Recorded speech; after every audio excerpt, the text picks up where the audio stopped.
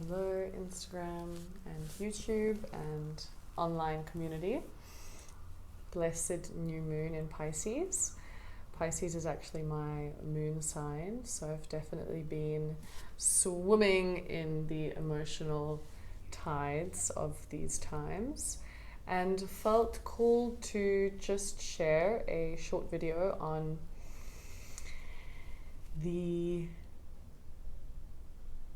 overcoming of inertia, resistance, overwhelm, and the importance of taking action, and why each little step can create a ripple of change and true transformation in our lives. And this was inspired by just looking around and realizing that many people feel at a loss for what to do, where to put their intention or service in a time where clearly there is need and chaos and war and trauma, and just wondering, like, what is my role in all of this? Because all of us ultimately want to feel like we bring value, we are needed, we have something to share. And oftentimes we get overwhelmed by this desire and end up sitting back, stuck in bed on our cell phones, sharing shit that we don't even really understand or believe in, or have full understanding of, and go down rabbit holes. I know for myself, I've been there. And so my invitation and my sharing in this talk is, how do we really create the necessary steps to live a life of fulfillment, to actually provide value to other people's lives, and in doing so feel fulfilled in our own lives? Because we are all here to share, to be of service, to create. Sometimes it's art, it's your creative expression that brings emotion and value and experience to people's lives. A lot of women are coming seeking guidance on how to facilitate, how to hold space for the collective emotional grief and pain and trauma that's being transmuted through many of us in this time of healing. And the new moon message is, what is actually needed? What does the world need now? And love, just love what the world needs now.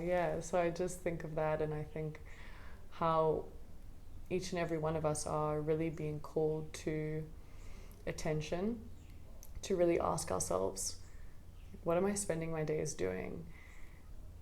Am I really serving in a time that the world needs you to take responsibility?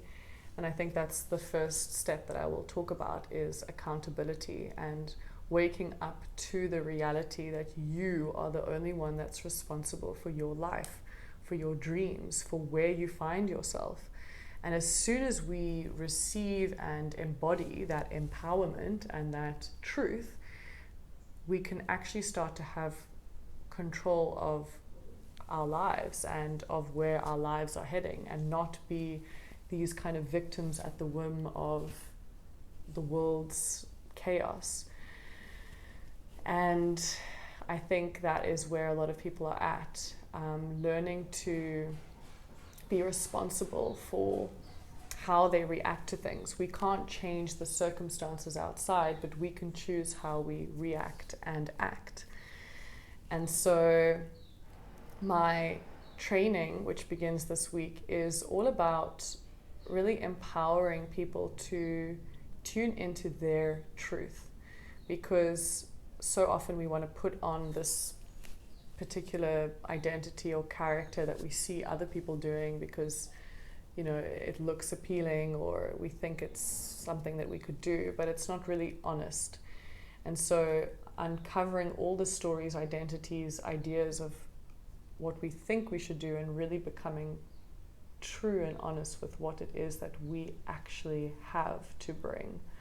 And that takes deep self-awareness and quietness and internal navigating of your life's experience, of your intuitive gifts, of where you're drawn to, what fills your cup, what brings you joy. And so maybe my question first is, are you really paying attention to your energy, to where you're spending your time, to what you're spending your time doing, what is not working? The new moon, this day, this time, this beginning of the month is really an invitation to reflect and start planting the necessary seeds for the life you want to live. And as we move through that accountability, there is an important part of empathy and humility. And this I certainly have had to meet many times, which is understanding that your gift, you must be empathic to the state of the world and what is actually needed, and being humble enough to realize when possibly this isn't your journey, and it's okay to fail and walk away from something if it's not working, and have the resilience and tenacity to try again. A lot of us don't take that step into something new or quitting something that's not working because we are afraid to fail. We're afraid to change course. We get stuck in the comfort and security of something that's familiar.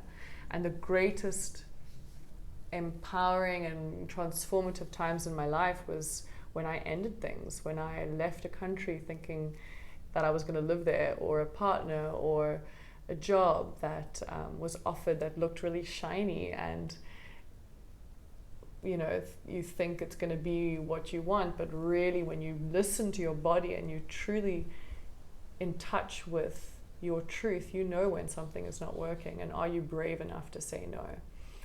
And so getting really clear about where you're at and where you want to go.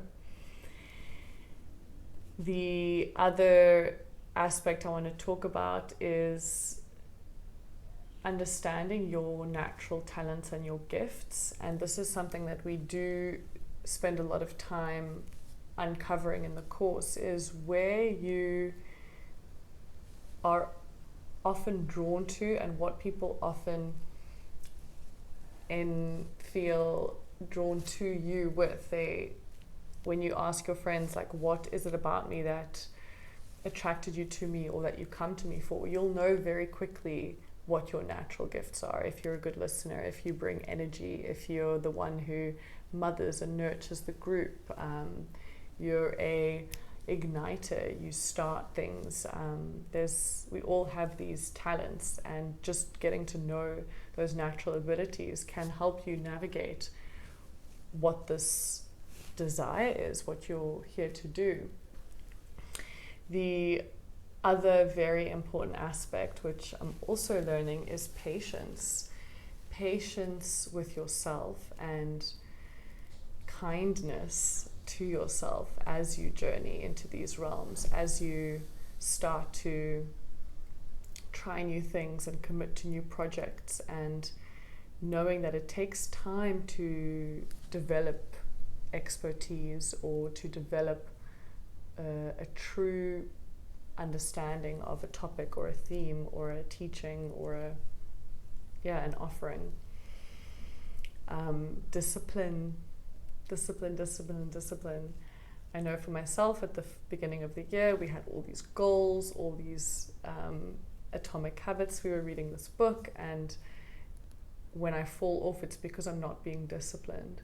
And there are ways to really support one another through those cycles of falling off the wagon of where we think we're heading. And a key one is accountability.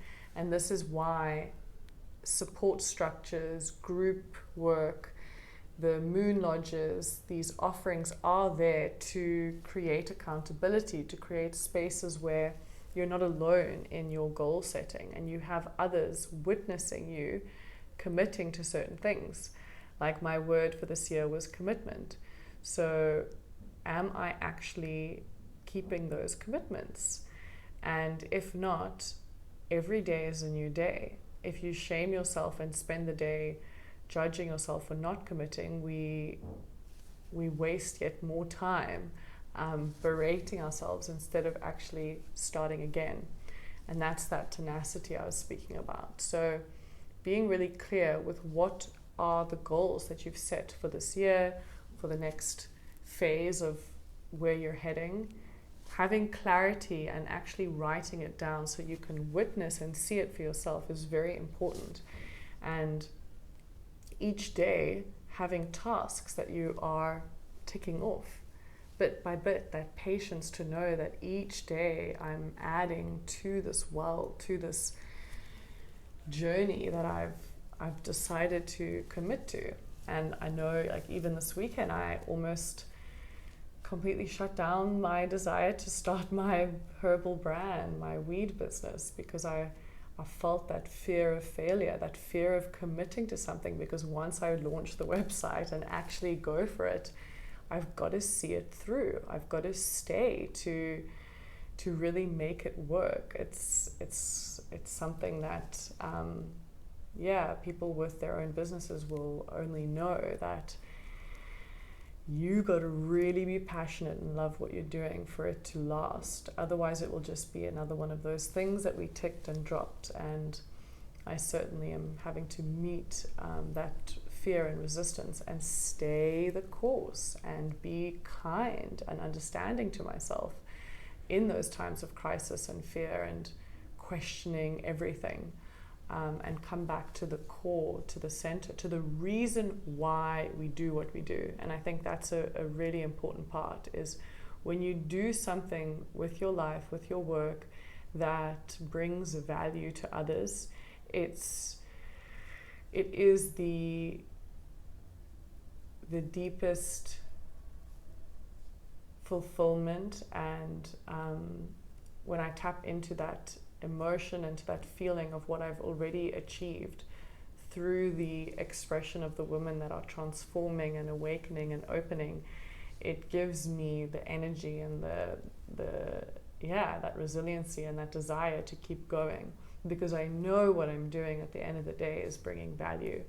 And so if you're not feeling that fulfillment, if you're not finding that joy,